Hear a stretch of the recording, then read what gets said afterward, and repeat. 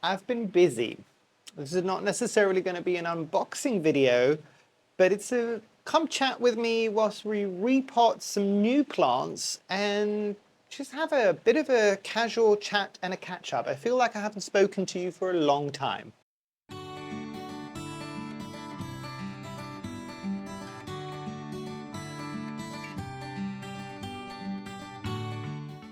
Hi, my name is Memo, this is my channel, Houseplantygoodness, and essentially it's a place where I like to geek out about my big passion. You might be able to see some of it behind me, it's tropical houseplants.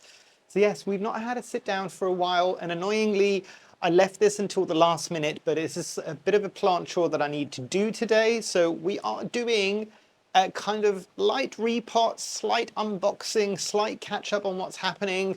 I haven't had a chance to get questions out for everybody, but if you feel cheated by this, I do apologize, but do, if you want, put some questions down below in the comments and myself and the other people watching the video will do our best to respond. But yes, without further ado, let me scoot you further down below and let's repot some plants and have a bit of a catch up. It feels like it's been a while. Okay, I've scooted you down below for all the unflattering angles as per usual, and let me talk you through what I've got here and why I want to repot some of these plants. So, probably not put it that way. Firstly, I've got on the really bad kind of standard coir poles, not bad, but I prefer to have them on D-shape moss pole, just a standard golden pothos, mainly because the one that you might have seen in my houseplant tours that I have in one of the bathrooms is looking it was quite large. I've had it for like 6 or 7 years. It's not looking great. Before you say it, yes, I know. I could take cuttings from that, propagate it, and get it to a stage where I can start it growing on a moss pole. I could. This wasn't that expensive. I'm going to give this a try just because I don't have the time right now to kind of do all of that, and I want kind of more of the instant results. So this is that. The other plant, I won't be cutting or I won't be throwing away. I know somebody who wants that plant and they've got plans for it, so I'm going to let them do whatever they want to do with that plant. But yes, this is going to be one of the things that I'm going to have to take it off this moss pole, and I'm really hoping, based on what I'm seeing, I don't think it has particularly rooted into this dry moss pole, but we shall see, and hopefully I can put it straight onto a D pole. Then I got a very kind of established looking Aglaonema pictum tricolor. My one's, the small one that I had, isn't doing as fantastic, but this wasn't that expensive. This was like, I'm looking at it, it's $16.99 Great British pounds, so it's not that bad. Then I've got a little one. This is going to be the only one that I'm not going to repot on camera because this is just going to get shoved into an existing pot of a neon pothos. So I've got my neon pothos again for the people that have seen the houseplant tours that I usually do. This sits next to my desk in my office and it's looking a bit sparse at the moment. Again, could I propagate and put it back in? Yes, but I always find, and tell me if you had different experiences, the neon pothos is a very, very, very slow growing pothos in my experience. I don't think that's the same for everybody, but do let me know if you've found this specific pothos or Epipremnum aureum to be slower. I found this to be slower than even some of the variegated forms, so that says something. And then this is an interesting one. So I don't know with this one because the tag from Botanova says Epipremnum. The label from the actual growers says Scindapsus basset variegated, and I'll put the name at the top there. I might be wrong. I bought this hoping that it is Scindapsus rather than an Epipremnum. The label here says Epipremnum. It just says Epipremnum. It doesn't say anything else. And to be fair, it's just one of these stick things, so they might have just stuck it in here thinking that's where it needed to go. Does this look like an Epipremnum pinnatum variegated? Yes. But I'm getting a lot of splits on the leaves already with this one, but it's not on any form of moss pole. And I'm trying to remember back when I was growing, and I do have it somewhere, my Epipremnum pinnatum variegated, that it needed a moss pole before it started creating the splits. I don't know. And the problem is this was also not particularly expensive. This was $11.99. I don't know. And this is part of the good and the bad of things getting a lot cheaper as a whole, is before you'd be sitting there going, okay, but this was just a simple Epipremnum pinnatum variegata, considering how much it's come down in price. It wouldn't expect it to be that expensive, and something like a Scindapsus that maybe isn't that well known might be a bit more expensive, especially if it's variegated. But now that everything's kind of become a mush of relatively lower prices, it's difficult to even judge that, if that makes sense. It's not necessarily a bad thing, it's just a bit of a challenge now. So I bought this hoping it's a Scindapsus, and some Scindapsus might be like this. And actually, let me just double check on my phone actually now, because it's a very simple, let's do a quick Google search, which is what I keep telling everybody else, and then see if that's what I've actually got. So let's put that in and see. Doing this live on camera to typical dude, I can't do two things at once. Right, let's see.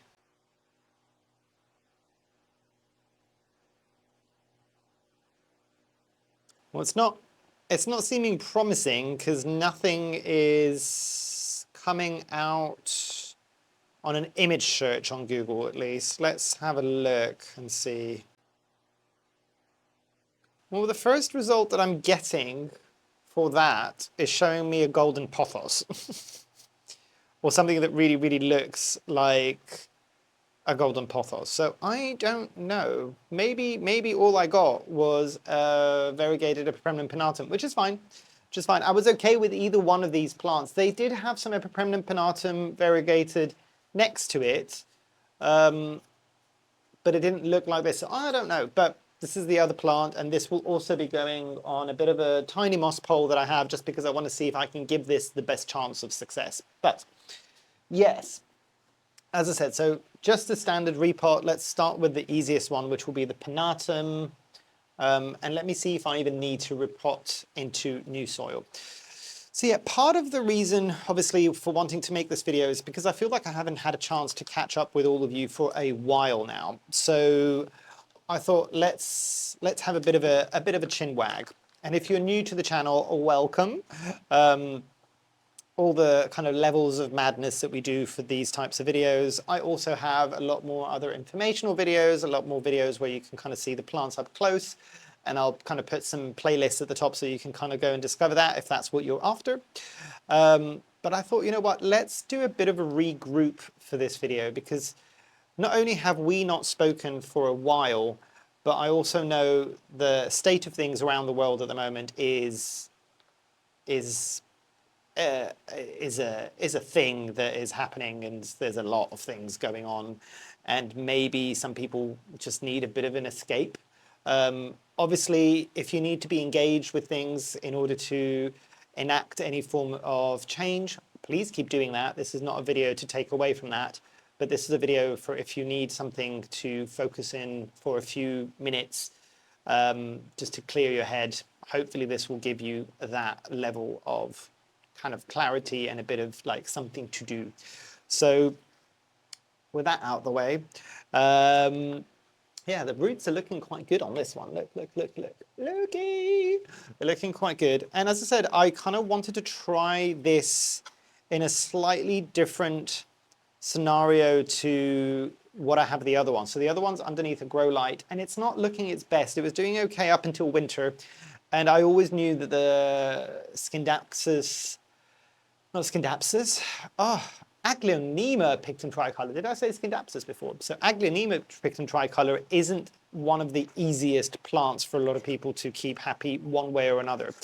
So I'm also finding that challenge now at this time of the year. In the summer, it wasn't that much of an issue, but I am finding it now. And I want to try this in a different location. I want to try it high up where I have my other Aglaonema to see if that will do better with a bit more light.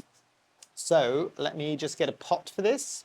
And all I want to do is just make that soil a tiny bit chunkier. So I've got some leca here, and there's some tiniest bit of sphagnum moss because I was using this for some orchids, and I'm just going to mix it in with the soil that I've just removed from itself, really. And I want to see if this will kind of do that. Some of these roots are looking a bit like they've maybe stayed a bit too wet for a bit too long, so I will not be watering this as soon as I put this in, because I want to give it a chance to dry out ever so slightly at this time of the year. So let's do that and pop that plant in here. And I like to give it a bit more of an airier pot, which is why I'm giving it this pot with the holes and transparency as well, because I want to see how the roots are going to be doing during this time of the year specifically, because, you know, winter. Nobody's plants are looking great in winter, and I think everybody needs to kind of keep that in mind when you're being a bit too harsh on yourself. Things like this will happen. It's that time of the year now as well where things are not going to look pristine, and it's okay. It's completely fine. So I'm just going to top up with some regular houseplant soil mix from Soil Ninja. But yeah, are you doing anything at the moment to kind of keep you occupied during these colder days? I know a lot of my audience is based in America at the moment, and I know a lot of the states are getting like this really frigid cold. And yes, I know for a lot of the Canadians, they're laughing because they're just like, this is normal for us. I get it. But for them, when they're not used to it, how are you all holding up with the really cold temperatures that's happening over there? I'm very curious because it sounds Arctic. Right, what should I do next? So that one's done. Sorry, I meant to show you. That one is done. I'll put it further down so it's out of the way. And which one should we do next? Let's do the easier one, which I think might be the Scindapsus, which isn't probably a Scindapsus and is just like an Epipremnum. Let's have a look. So I've got an existing moss pole that was being used for something else before. Does it have any dried roots in here? Not massively, but it should be fine. It shouldn't cause any real issues. It's been dry for a while. But yes, quick catch up as well after the holidays. I dread to call it a holiday because it really hasn't been a holiday for me. Anybody that's been here for a while knows what happens in January when I go back home. It was a lot of work. It was a lot of work, not just because work was busy, like my business is doing good at the moment. I touch wood. I don't want to complain too much, but it is a lot at the moment. It's a lot at the moment. So it was lovely. The person who was taking care of all my plants did a fantastic job whilst I was away. I did not lose a single plant. And we had some of the coldest days when I went away. For the people that are in the UK, I went away the day after we had like a deluge of snow. So I was a bit dubious whether or not I was even going to be able to fly. I could in the end, which was great. Went back to Greece, and it was nice to see my family. I know a lot of people were requesting updates from my mum's balcony plants, and I do have an update, and I'll put it somewhere on the screen so you might be able to see. If I shift a bit slightly, I should be able to put it somewhere on this screen so you can kind of see they're all doing really well. They've added a few more anthuriums. She's got a few more anthurium andrianums. I'm trying to think, what else did she get? She got a couple of kalanchoes, and it's really interesting because my parents will always try to tell me, oh, we've got this plant, and they'll tell me the name of it in Greek, and it's usually the common name in Greek, and I'm just like, I don't know what plant it is. Do you want to send me a picture? Because I haven't got a clue what you're talking about. So before I continue on, there is a death color on this plant, so I will be trying to remove it ever so slightly, or at least get most of it off without destroying all of its roots, because we do not like death collars in this household. It is a fabricy one rather than a plastic one, so it shouldn't be too much of an issue, but I don't want to destroy all of the roots. That's why I almost find the fabric ones are easier because you can just rip them off, but there is also a very high chance that you're going to rip off roots. So you can see here that I'm trying to rip that off just so it doesn't cause it any issues. Did I get rid of some of the roots? Probably, but just to kind of loosen that up a bit, because I want this plant to be a success. I've not had the best success with Epipremnum pinnatum variegated, if that's probably what this is. So I'm hoping this might be the thing that changes it. It might not be. But yes, holiday was okay overall. It was nice to see some friends, but nothing exciting. It was still one of those times where I was just I'm so glad to be back because I need a holiday after the holiday. Apologies as well to everybody who was waiting. I think it was last week or 2 weeks ago, probably around there when this video is going to come out, where I didn't bring out 2 videos that week. I brought only 1 video out because it would have been too tricky to edit. I'd filmed all the videos. This is the annoying thing. I'd filmed all the videos before I went, but editing was all when I was there, and it was the last few days before I had to fly back, so it was just a bit too much to try to edit that. And also, I've got a whole bunch of new clients that were starting as well in January, so trying to do everything at the same time just wasn't possible. I got another little pot here, and so yeah, that's probably why you didn't get that video at that point. Also to acknowledge the fact that you all seem to love the video that I did on the predictions that I did at the beginning of January, but I was not expecting everybody to really enjoy that as much as they did. I'm really glad that everybody did. And it obviously shows that that's a topic that people want to discuss a bit more, and I'm with you on that one. But yeah, and the annoying thing is I filmed a whole bunch of videos thinking, you know what, it's January. People are going to want to talk about like cold and the weather and what it might mean for their plants, thinking, you know what, it's on par with what's happening in terms of like the weather at the moment. And I got out there and you all made it very clear that those were not the videos that you necessarily wanted to watch because there wasn't that many people to watch those videos. It's fine. I have done another video that should have come out this past week.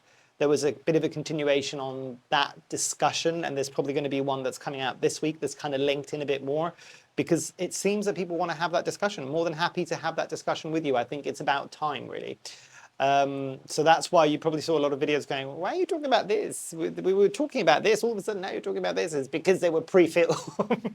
I didn't have a choice. Those are the only videos I had to edit. So those are what everybody's got. And to be fair, that's happened a lot of times where I've done videos and I end up not using them or using them further down the line because it's not the right time for those videos. Discussions are going to happen regardless, and they're going to happen at different times, but sometimes it's when people are ready to have those discussions or where other things are more important to be talked about. So it was just one of those situations. So yes, that was why you got a whole slew of like winter care videos where people probably didn't necessarily mind so much about the winter care and they wanted to talk about other things. But it is what it is, and it happened in that way. I was going to put that in a bit lower, but I think I might put it in a bit higher, just so I've got a bit more growth to go with this plant. Yes, I'm going to put that about there. And I've got the right space for this. I'm still using just a regular, good old houseplant soil mix for this Epipremnum to see how it's going to get on. You might have seen that I put a bit of a layer of leca down at the bottom just because I don't want it sitting in water, if at all possible. And I think that gives me that tiny bit of insurance there as to the plant not having to deal with that as well as everything else. All right, let's get this on here. But question for all of you, actually. How are you all after the holidays? If you want to share, please do so down below. I know this might be a sensitive subject for some people with everything going on. You don't have to share. If you're not comfortable and you don't want to share and you'd rather stay quiet and still taking it all in, I completely understand and appreciate that. Let me get a janky support stick for the moss pole. But yes, this is generally how I do these moss poles, is I'll put a janky support stick in the middle and then use that to anchor it in to the media. And then another janky support stick, if I can find it, behind it to act as a kind of counterbalance. And you can see that's kind of stayed up a bit more upright now. So yes, let me get get some of the Velcro zip ties, just because I need to attach this to this. And actually, a bit of a quick question for everybody. Is there any videos that you want to see this year? I'm getting better at starting to jot down some of the video suggestions that you put in my comments in some of my other videos to kind of make sure that I'm covering some of the topics that you want me to cover. I always do. Anybody else do this where they cut a piece off and it's invariably too short, and then you cut a longer bit off and it's just too long? I could do the measurement thing and I could do it there before I cut it off, but where's the fun in that? Where's the chaos in that? I'm my own worst enemy sometimes with these things. Yeah, there you go. Absolutely huge. Does not need to be this tall or this long, but you know, why would I make my life easier? That should be okay now. But yes, is there any videos that you specifically want me to do? Are there any topics you want me to cover?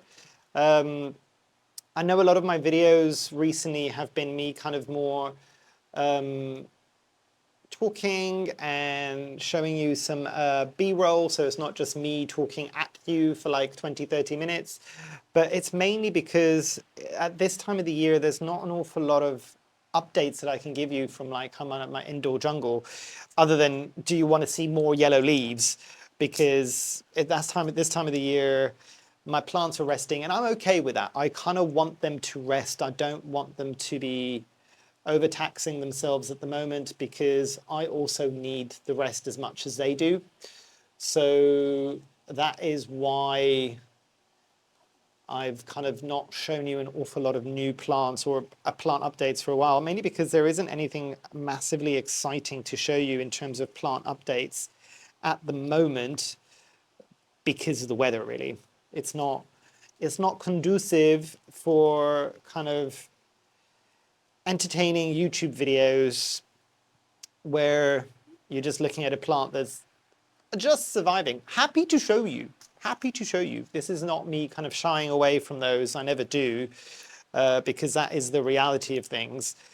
But yeah, let me know. Is there anything you want me to delve into? And even if I don't know, I can create videos in a way that it opens up for points of discussion. Because I know that not a lot of people will do that generally. Yeah, let's have those conversations. Ooh, almost finished doing this one. I've left the hardest one for last because you know what's going to happen. Before anybody asks me why I'm using the horrendous like wire plant ties, is because at this point in my life, as long as I can do it on certain plants that don't mind it necessarily, I try to avoid using the Velcro ones, even though they're a lot easier. They're not cheaper, I'll tell you that for a fact, but they're a lot easier. But I find in my space, and knowing how much the mealybugs love me, that it's a recipe just asking for mealybugs to go and survive in those spaces. So these days, if I can avoid them, I will, even if they might be slightly better for the plants and all of these things. Ultimately, I decided in this situation that, you know what, it's better for the plants if they don't get like massacred by mealybugs. And by and large, most skinned abscesses or even epipremnums, depending on what this plant is, generally don't have that many issues when it comes to mealybugs, but it still can happen. So I kind of want to avoid it if at all possible. So yes, this one is ready now too. Okay, and we're on to the last plant, which is the one I've been trying to avoid because it's going to be epic to try to like undo this. Right, let's see. And it's got those metal staples in it. And I'm trying to do this without destroying half of the plant, basically. Let's see how I'm going to be able to get it off. Oh, it's even better when the growers have done it so that it sticks through the plant, so it damages the growing tip, which is always handy. I mean, these types of ones, and if you can't see it, I'll see if I can bring it up so you can see it. I actually might be wrong. Some of this might be attached. So I'm going to have to be ripping this plant out, but it's a pothos. A pothos is a pothos is a pothos. It will do fine, even if I have to rip some of this out of the existing moss pole. And I can hear everybody in the back saying that this is why you should propagate it and get it straight into your own moss pole. I hear you, but I also wanted a shortcut with this, and I'm aware that this comes with certain issues when it's done this. And the reason why I'm taking this type of moss pole off is because this is what the other one had, which meant that it was difficult for me to control the moisture within that moss pole, especially in the winter and in the summer. Different issues happen at different times of the year.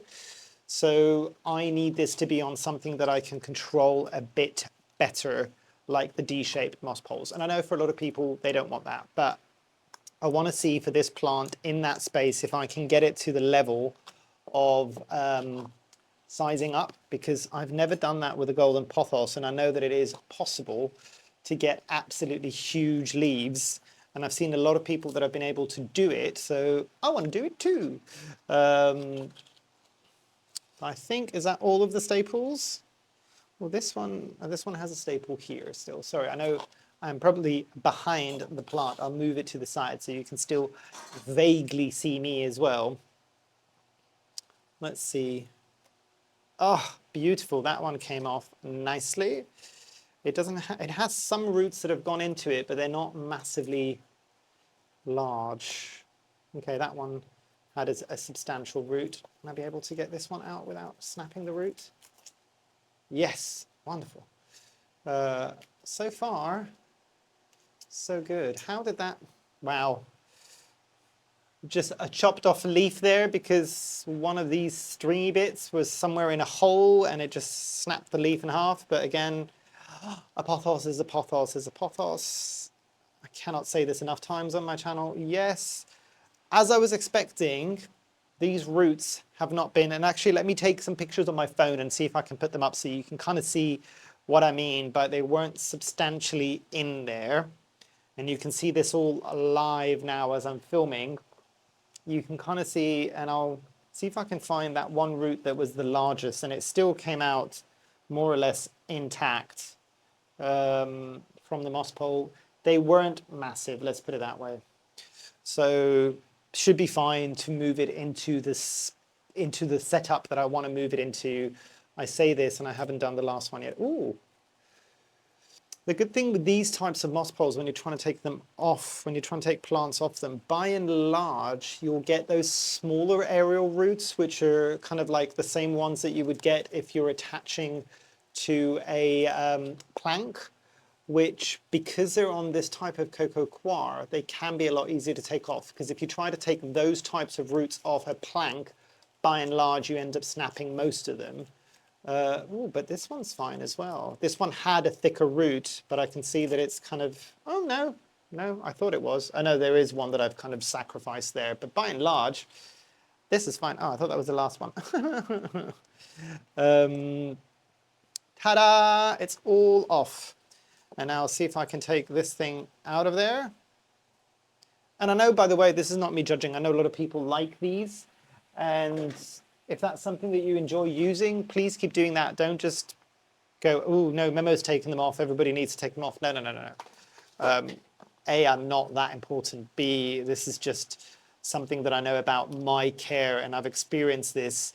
This is what we always talk about when it comes to learning from past experiences. I've learned that in that space for this specific plant, ooh, and I was hoping to get most of this root mass out, but actually it is very well rooted, and I don't want to disturb the roots of this pothos too much, but I will be putting in something that isn't just pure coco coir, because that's all that this is at the moment, and that will definitely stay a bit too wet in that space for a bit too long. Normally, most people will be like, don't do what Memo's doing, and they're probably right, because this is going to stress out this plant a lot at this time of the year, and you don't need to be doing that. But as I said, I am, what's the expression? Is it flying from the seat of my pants or something like that at the moment? So I'm kind of like being a rebel to kind of get the plant to where I need it to be for what I want it to be, essentially. English is hard today, apparently. Sunday mornings, people that have been here for a while, they know I'm not great for the Sunday mornings, which is really bad that I film on Sunday mornings, but you know. Right, and I'll do the same thing now with the leca down at the bottom. And I know that that creates a raised water bed, I think. Is that the right word? But this is a plant that I can't always reach the very bottom, so I'm sitting there with my handy dandy turkey baster trying to get the water out of a drip tray, and this one's a bit strugglesome to do that, so I want to give the roots a bit of a chance that if they do sit in a bit of water, at most the leca is just acting like a wicking area and they're not sitting in pure water. So let's do that. Let's put in some of the houseplant soil mix. This is going to be a tricky angle because that moss pole is absolutely ginormous that I want to use, and it's going to be difficult to get me and the plant and the moss pole in shot, but we shall see. So let's put the plant in first. Okay, so that is there. And I'll get some, ooh, there you go, you can kind of see me now without me chopping the plant back. Now you can understand why a lot of people, when they do repots, they don't do it with big plants, because it's difficult to kind of film, be aware where the camera is, and also repot a large, cumbersome plant. And this isn't even that large. Anybody who has had to repot a mature Monstera deliciosa, shout out down below if you've done that ever or recently, or it's something that has scarred you for life, because that is expert level repotting. And I know a lot of people do that relatively early within their journey. And it's just like, oh God, this is a lot. I didn't know what I was chewing off, because invariably you will lose some roots, you'll snap some roots. Monstera deliciosa is very, very, very forgiving. Sorry, I'm slapping it so that it can kind of homogenize the soil a bit. Monstera deliciosa is quite forgiving when it comes to kind of manhandling its roots a bit, especially if it's large and established. Will it throw a bit of a wobbly for a couple of weeks? Yeah, probably. But it's one that we all have to cut our teeth on at some point or other. Right, let's see how I'm going to put this moss pole in. Does it even have, oh it does, it has a janky support stick. So this is how large this moss pole is, because I've got great expectations for this plant. And I want it to, and I should have buried this. Can I still get it in and bury it ever so slightly? Ooh, I can. Yes, I can. Let's do that instead, just so it's got a bit more stability on a plant that's probably going to be very top heavy at some point in the future. Yes, that should be fine. But question for you all now is, and I know this might be an obvious answer, but actually maybe not as obvious as people think it is. Are you looking forward to spring this year? Looking forward to getting some of that good growth happening again over the spring period?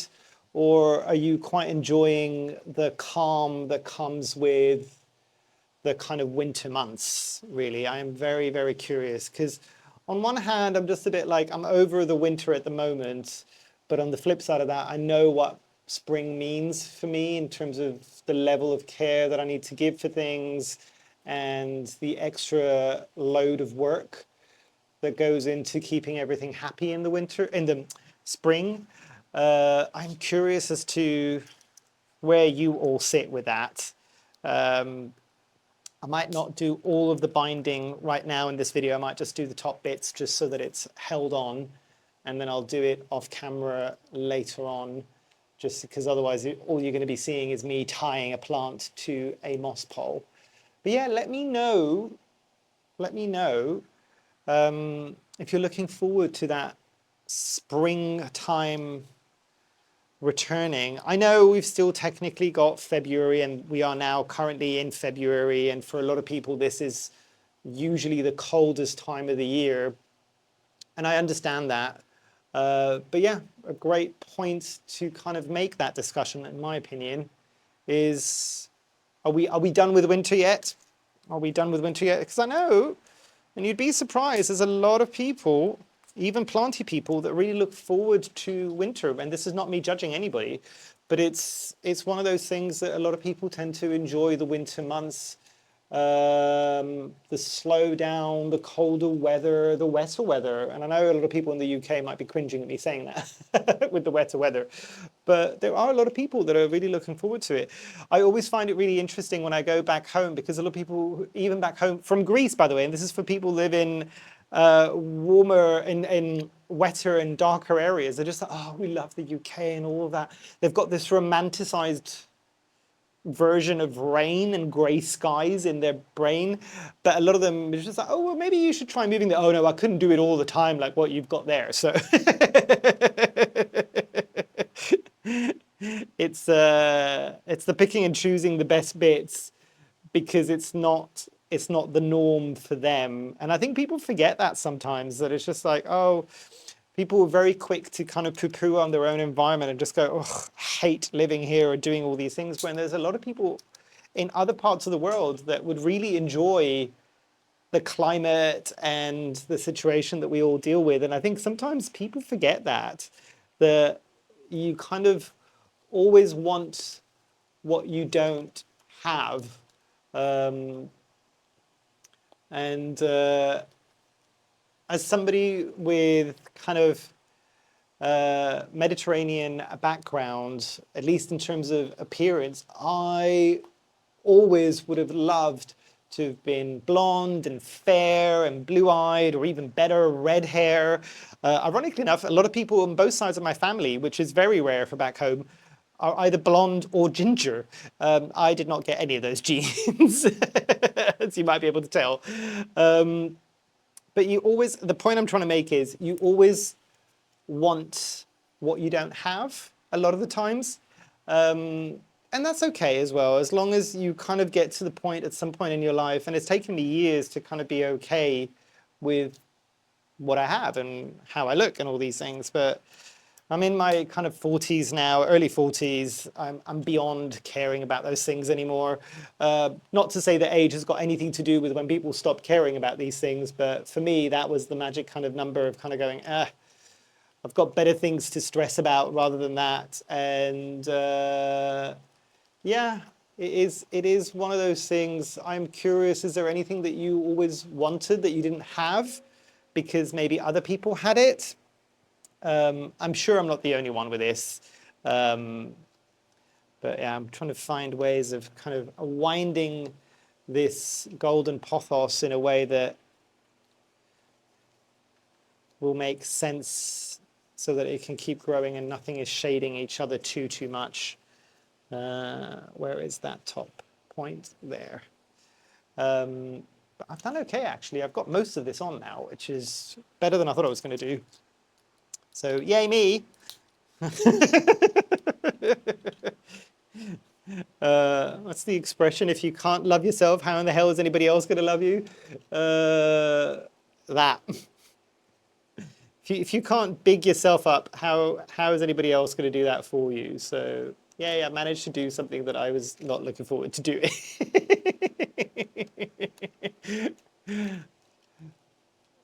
But yeah, like, anybody wants to share any thoughts of things that have happened? It doesn't have to be about the world in general, like about plants and things like that. Anything that surprised you in the last few months? Things that you thought were going to maybe slow down but didn't? Let us know down below, because I'm always curious about things like that, where some people, because actually a lot of the people on my winter videos were actually saying, they're just like, you know what, we've actually had a growthful winter so far. The plants didn't realize it's winter, and they They just kept doing their own thing. Some people were surprised that mine was slowing down, but that was intentional on my part. I specifically made it so that my space, at least to a certain point, emulated winter, so that my plants would slow down. I personally needed the break that I was never going to get from my plants if I kind of let them do their own thing. So I kind of did all that, and I'm kind of reaping the rewards, so to speak. I don't know if that's the right word right now. And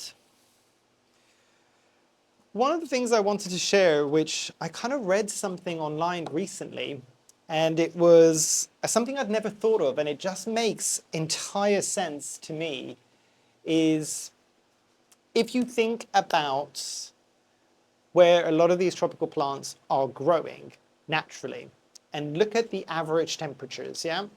So I'll put some average temperatures kind of here so you can kind of see.